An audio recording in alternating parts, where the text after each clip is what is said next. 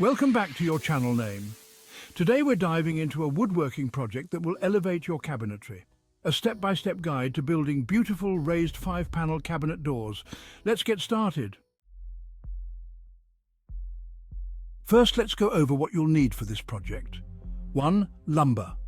I recommend using hardwood like oak or maple. 2. Wood glue. 3. Wood screws. 4. Hinges for mounting the doors. 5. Sandpaper in various grits. 6.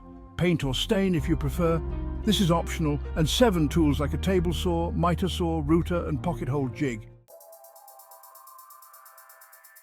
Now that we have our materials, let's start by cutting the wood to size.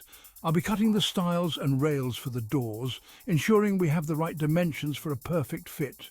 Remember, accuracy is key. Next, we'll create the raised panels using our router. Here, I'm using a bit that will give us that beautiful raised look. Make sure to take your time and check your depth to achieve a consistent profile. Section 4. Assembly. With all our pieces ready, it's time to assemble the doors. I'm going to use wood glue and my pocket hole jig for a strong, lasting join.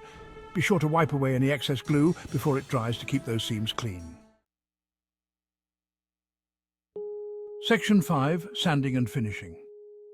Once the doors are assembled, it's time to sand them down. Start with a rough grit and progress to a finer grit for a smooth finish. You want to ensure no rough edges are left behind. Section 6. Painting or staining. This is the fun part. You can choose to paint or stain your doors.